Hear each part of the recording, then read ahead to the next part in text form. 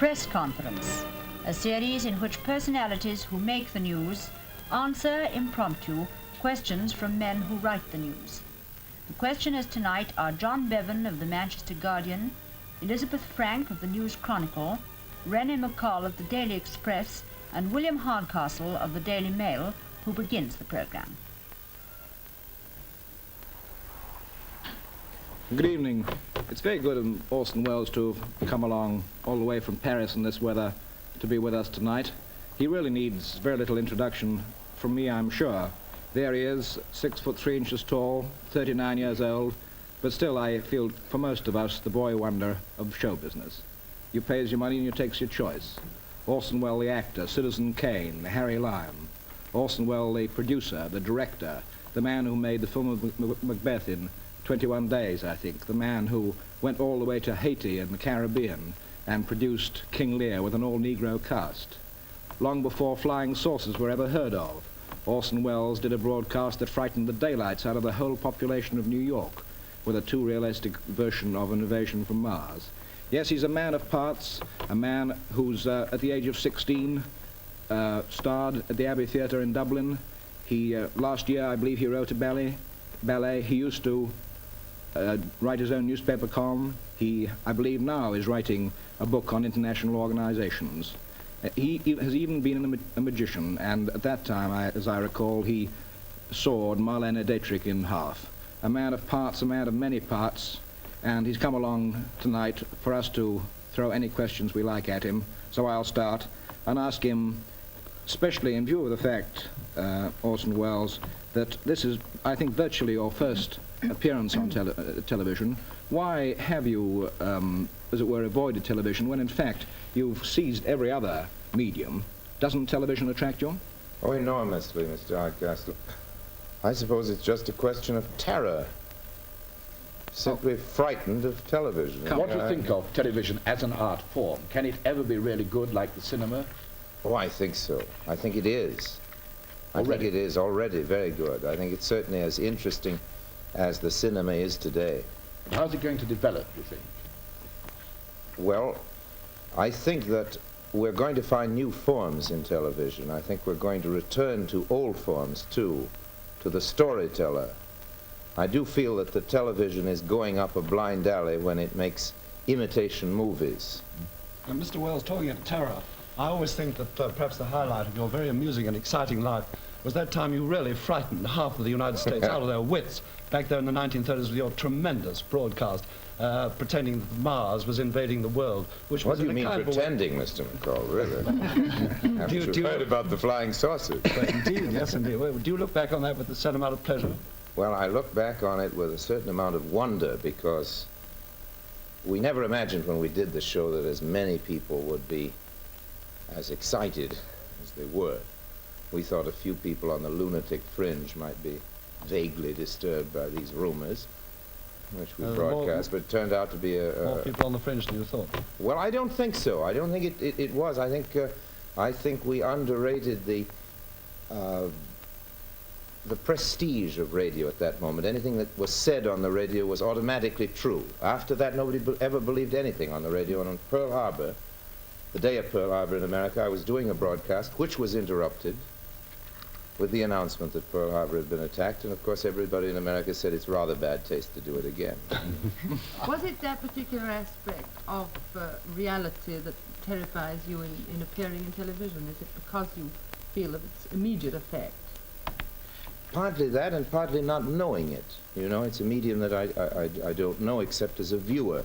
I did King Lear in New York last year, and that was my first experience, but I was well protected with a beard and sustained by some pretty wonderful blank verse. What kind of things do you like best as a viewer? Do you like plays or these conversations? I like conversations, documentaries, sport events. I like real things and stories and conversations rather than plays. I don't say that plays haven't a place, but I do feel that the further they move from films and the closer they come to the needs of this medium, the more interesting they are. But, Mr. Welles, once you were quoted as saying that you'd do Hamlet hanging from a trapeze if it got publicity for what you were doing.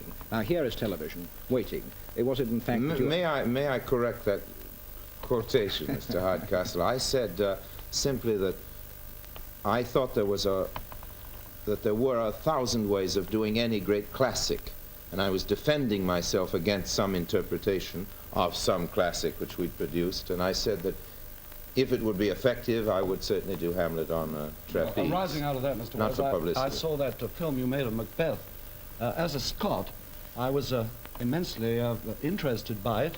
It had some of the weirdest kind of trappings I've ever seen in my life.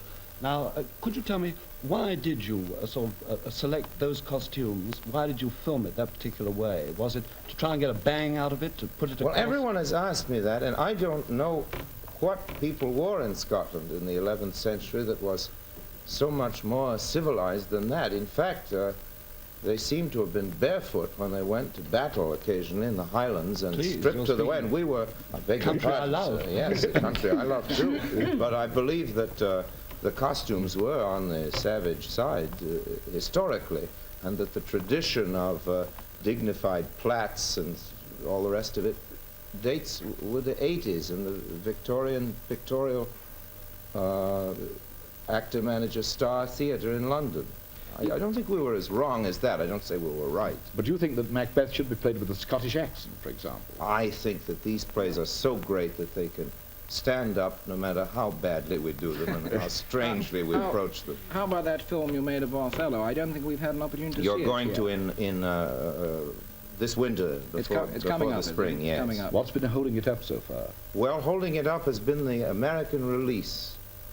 And frankly, I was rather anxious to have it in America before it was in England because I'm terrified of what you think of it. What have the critics said? What have the critics said about it in America? They attacked They you on haven't it? seen it yet. They have, you I see. see. I'm waiting for it to open in America before I sneak.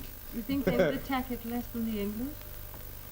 I can only pray that everybody will attack it less than I fear. Are the Americans kinder than the English in criticism? Oh, no, I don't think so. Are they less distressed about the treatment of classics, possibly? I don't think so. I don't think so, but I think they are very impressed by what you think about the treatment of a classic.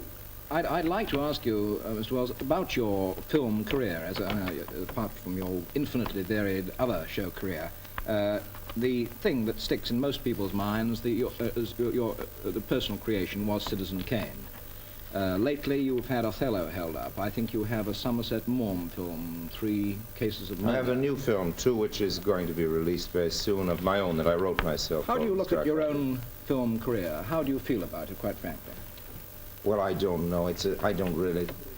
I'm not very interesting on the subject, you know. Well, we're always interested in people, and especially you tonight, and Citizen Kane stays in our minds so strongly. And It's terribly pompous sort of thing to say I know, but I am really only interested in what I'm going to do, and I find that I dislike rather intensely everything that I've completely finished. Well, tell us about Mr. Arcadian, which is still being made, or just being Well, finished. it's finished, you know. That's It's in that finished. dangerous condition where in the morning I think it's splendid, in the evening I wonder. What is it, in a fact thriller? kind of sequel to Citizen Kane? Not at all. No, it's quite a different story. It has It's been a- said it was. What is Not it, a at kind all. It has of nothing thin in man common. stories? It's a story about a high financier, a man of many countries and 3 passports. Not at all a press lord. You know. Is it a political satire? No, no. It's a tragedy, in a way, with melodramatic and comic decorations. It pretends to be a thriller, and it isn't. Why did That you rather make, sounds as though it isn't thrilling. I'm doing a very poor job on this picture. Please, let's change the subject. why did you make it in Spain, Mr. Wells? Only the scenes that take place in Spain. I see. Not He has a because you castle got in Spain. No. no particular sympathy for the Franco regime or anything like There's that. no political question in the I picture. see. He's a man who has a castle in Spain and also a house in Germany, and we have scenes in Germany. But on the whole, we won't Mr. talk Wells, about rearming the Germans. in the last few years, you have been making your base more or less in Europe. Yes. Have you not? Yes. Is there any particular reason for that? I mean, there's probably a very practical one, but... Well, I think if you stop and think about it, a great many of us have been in Europe during these last years because it's been a kind of frontier for us in films. We moved west and now we're coming back again. It's less organized, more anarchistic and freer atmosphere because it isn't organized on an industrial basis. I'm speaking of continental film. Even in Franco's Spain, I mean, it's more... Well, we were a location. I see. We were on location in Spain, you know. You came over here a little while ago just for one day to do a shot in Moby Dick. Yes. And then you were quoted as saying, probably incorrectly, that your £2,000 a day was your absolute minimum. Well, I got more than 2,000, and I will take less. To get back to this business of you living in Europe, as I think you have pretty well since the war, you also, at one time, I can remember when I was in America, you were writing a column from the New York Post. New York Post, daily column. A political column. Yes. Do you feel that you're, as it were, disenfranchising yourself, that do you ever want to get back into political America? Yes, very much so. You'd like to? Very much so. You're from Wisconsin, aren't you? I was born there, but I'm not from a Wisconsin family. You'd like to go back? My people are Virginian. You'd like to do something about McCarthy? Well, it seems to have been done. Are you going to make a film called Citizen Joe one of these days? Well, it would be a very good little film. late, you know. A bit late, but a very good film. Perhaps a tragedy. I don't think so, you know. Uh-huh. Probably a farce. Well, one of the things I always admire about you, Mr. Wells, is your willingness to have a go. I remember back in Paris in 1950, you were putting on 2 stage shows. One was called The Unthinking Lobster. That's right. The other, I think, was called Time Passes By, in which you appeared looking mighty like Mr. Samuel Goldwyn, as I recall it, with a very good wig. I think everybody in Paris realized that you hadn't an earthly with those 2 plays, and you were just doing it for fun. Would you agree with that, or did you think you might make a success with them? Well, we didn't have a failure, you know. Well, you didn't have a success, I'm afraid. You did produce Eartha Kitt. That was the first time I ever saw the beautiful coloured singer who was... Well, my definition of a success is not having things thrown at me, you know. it's Have you often had things thrown at you? No, but I'm ready for it. Always ready. Does your fondness for Paris arise from your French name? It's not a French name. Orson, the little bear. Oh, that's Orson. Yes, no, but Orson is Italian. That's a sea. From Orsino. I had an ancestor who was an Orsino, and it's been a family name. I see. Nothing to do with the story of Orson and Valentine, of his the boy wild who brother was Orson. suckled by the bear. No. I was absolutely fascinated the other day, looking up some cuttings about you just the other day, by the probably wildly inaccurate story that you were brought up by several great-aunts, one of whom bathed in ginger ale because champagne was too expensive. I do hope that's true, is it? I wasn't brought up by these aunts, or great aunts. But that was true about the ginger beer. It was a legend in the family. Getting back to politics, is there any chance of you ever sort of having a dip, you personally? I don't know, you know. If I say no, you'll be sure I'm running for something. In America, that's always the surest sign. Aren't you a know? kind of very distant cousin of Mr. Adlai Stevenson? Yes, but I kept that secret during the last campaign. I thought it was the least I could do in the interest of the Democratic Party. In France, where you lived, you come up against much anti-Americanism. Well, you know, I think that anti-anything, you know, you come up against an awful lot. I don't like it, but of course there's a good deal of it. You find yourself defending America frequently. Yes. The French criticize America for the right reasons or the wrong reasons on the whole, would you say? Don't you think that countries and races and big national generalizations like that, that the criticisms are always for the wrong reasons? I do. I'm very glad to think that you think so, too. Well, talking of that, there's been a certain amount of criticism of the trends of American influence on things like horror comics and indeed on the films. Do you feel that there's anything really, when you get down to it, in the suggestion that American influence is towards a spread of juvenile delinquency through the world? I don't think that horror films or horror comics contribute to juvenile delinquency. I think that they may encourage psychotics and homicidal and other dangerous types. But juvenile delinquency is, I think, a symptom of the illness of our age. It doesn't come from lack of playgrounds or bad comic books. but of a great longing for youth to have something to rebel against. You wouldn't say that children are imitative and that they tend to imitate what they see or read? If they were, they would have come from the Bear Pits and the Globe Theatre and committed some rather extraordinary acts in the Elizabethan days, you know. You don't think that the glorification of violence, which is shown even in some of the westerns, gives them ideas? It would make them think they like to shoot from the hip, or... Well, you see, I think... Draw and this sort of thing. I think that all vital periods of the drama and of literature are periods of great violence, and that all of our great plays and novels are violent. And I don't like them when they are poor novels, or when they are not works of art. They become shoddy and seem to be pandering. Yes, but to usually something wicked, you know. virtue triumphs, whereas in the horror comics it doesn't. Doesn't it? I don't think so, no. No, not always. Well, it doesn't in Edgar Allan Poe either, you know. But you were not brought up on horror comics. They didn't have them when you were a boy in America. No, I don't suppose. They had, you know, they had horror stories and horror films. I'm not for them. I'm very much against violence and brutality as a popular subject. I think it is overexploited. I quite agree with that. Would you prohibit horror comics? I wouldn't prohibit anything. I'm very much against censorship. Even for children? It's a very, very difficult question. Very difficult point. But you see, I don't think children were ever hurt by Grimm. And I remember that the end of Snow White in Grimm, the real end, not the Disney one, is when the witch is given red-hot iron shoes to dance in until she dies. Everybody's terribly happy about it. I don't think it made any delinquents out of it. I think children are violent. You know. Which of your many activities is your favorite? I know it's probably true to say that it all forms part of one whole, but acting, directing, writing, producing, what has given you most pleasure in your career? I think that the directing has. Directing films, that is. Directing films and the theatre. And what yes. do you look back at with most joy and pride? As I said before, I know it's I don't look back with as much joy and pride as you might suppose. I'm supposed to be rather pleased with my work, and I'm only pleased with what I'm going to do. In Citizen Kane, you did practically all the things that you do. Don't you think that that probably was the most successful Not thing at all, for you? no. I think Amberson's was much better, too. I did too, yes. Well, now, if a millionaire were to come along and offer you a chance to do anything you wanted, what would you do? Right this minute? Right this minute, now. Right this minute? Yes. Well, how many millions? As many as you want.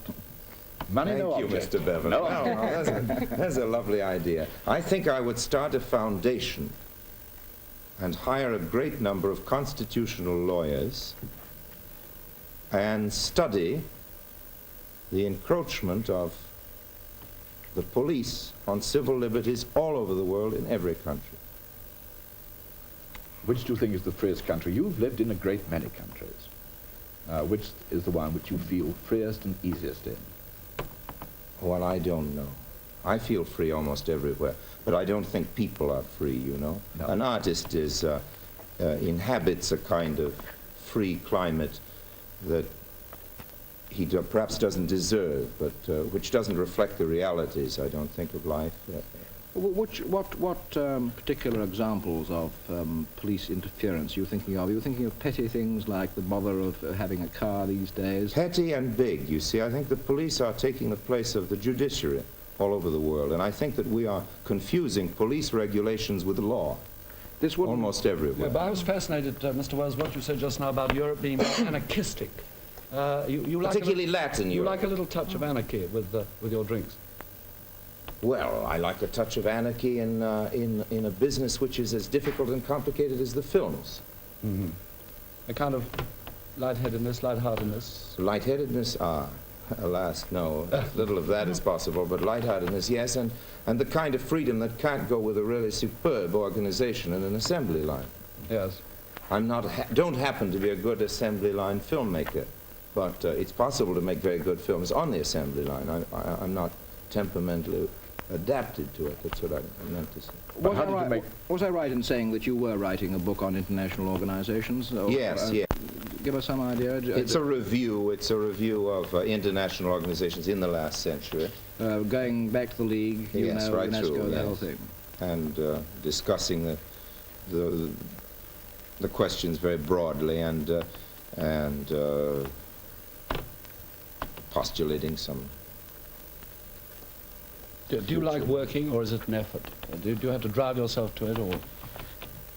Yes, I have to drive myself. I'm very lazy. I work very hard because I'm very lazy. As all industrious people, I think, are basically lazy.